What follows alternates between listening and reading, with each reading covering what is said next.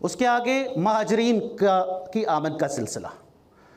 تو دنیا میں شاید ہی اتنی ہجرت ہوئی ہوگی جتنی 1947 کے اندر ہوئی.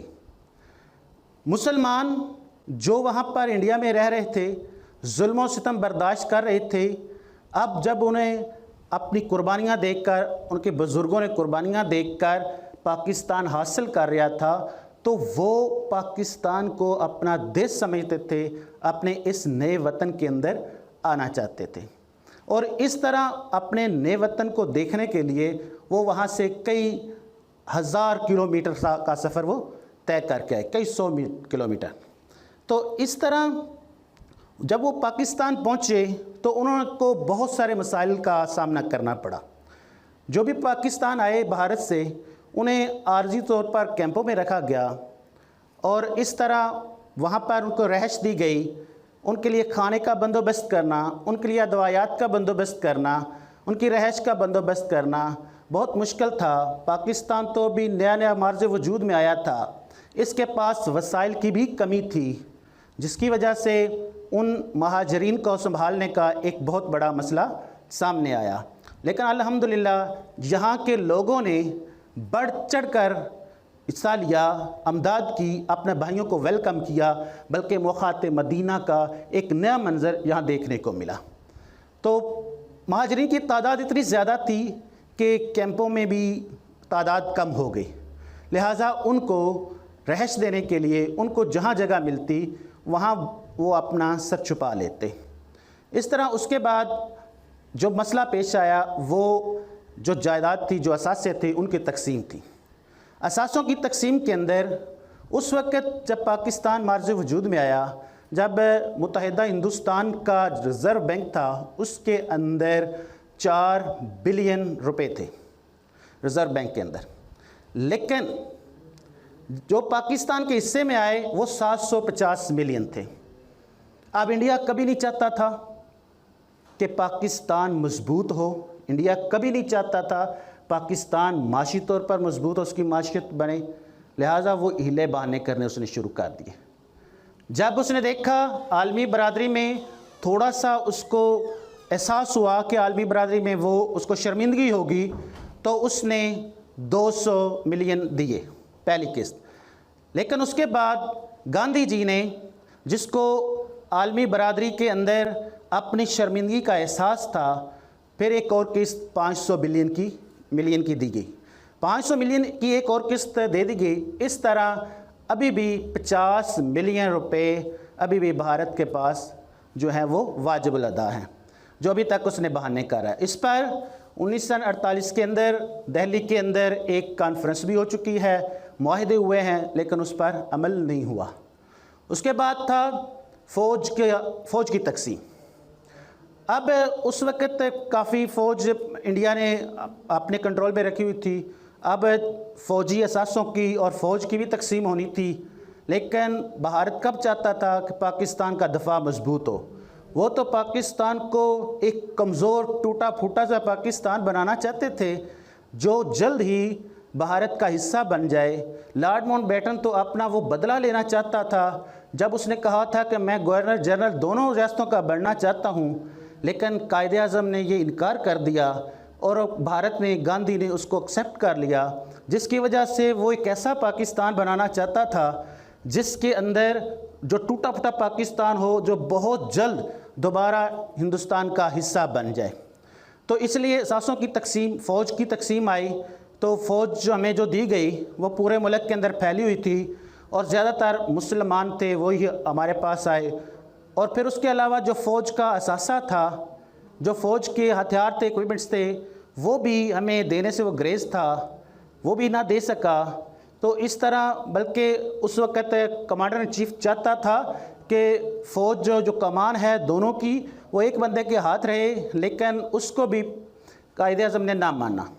تو اس طرح جو بھی فوجی فارمولہ بنایا گیا فوج کی تقسیم کا، تو اس سے منحرف ہو گئے انڈیا، جس سے پاکستان کو بہت زیادہ نقصان ہوا. اس وقت ہندوستان کے اندر تقریباً 16 آرڈیننس فیکٹریاں کام کر رہی تھیں اسلحہ بنانے والی. لیکن یہ ہماری بدقسمتی تھی کہ پاکستان کے علاقے میں ان میں سے ایک بھی نہ آئی اور اس پر ڈیسائیڈ ہوا کہ وہ 60 ملین روپے دیں گے تاکہ یہ اپنا آرڈیننس فیکٹری پاکستان لگا سکے گا۔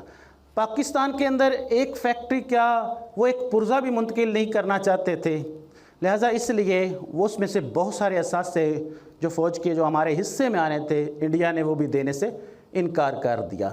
اس کے بعد دریائی پانی کا مسئلہ آ گیا اور دریائی پانی کے مسئلے کے اندر انڈیا نے ہمارا پانی روک لیا 1948 کے اندر، وہ اپنی سازشوں سے باز نہ آیا۔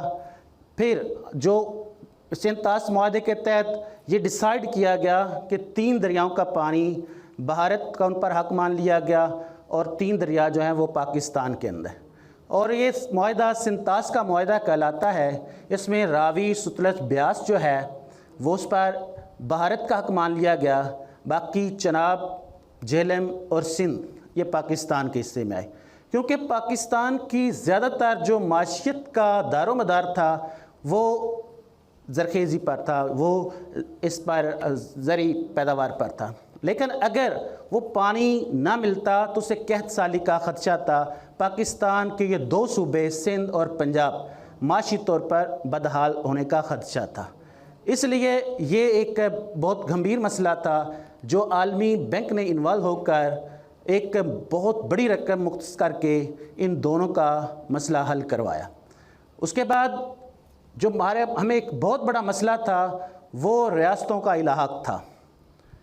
ریاستوں کے الحاق کے اندر یہ تھا کہ جو ریاستیں اس وقت کچھ ایسی ریاستیں تھیں جنہیں دیسی ریاستیں کہا جاتا تھا، اس میں یہ حق دیا گیا کہ ان کے جو نواب تھے، راجد تھے، ان کو حق دیا گیا تھا کہ وہ اپنے مفاد کے لیے، عوام کے مفاد کے لیے جس سے چاہیں الحاق کر لیں، لیکن علاقائی حدود، مذہب، ایسے رشتوں کو بھی وہ لازمی دیکھیں۔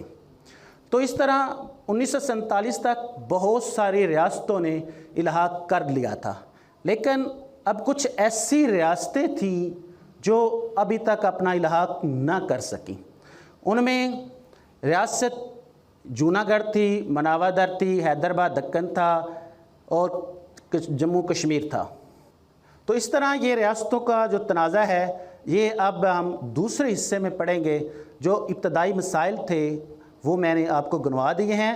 اس میں ریڈ گلف کی ناانصافی تھی، مہاجرین کی آمد تھی، انتظامی مسئلہ تھا، اس کے علاوہ مہاجرین کی آمد کے ساتھ اثاثوں کی تقسیم، فوج کی تقسیم اور ریاستوں کے الحاق کا یہ مسئلہ پیدا ہو گیا تھا۔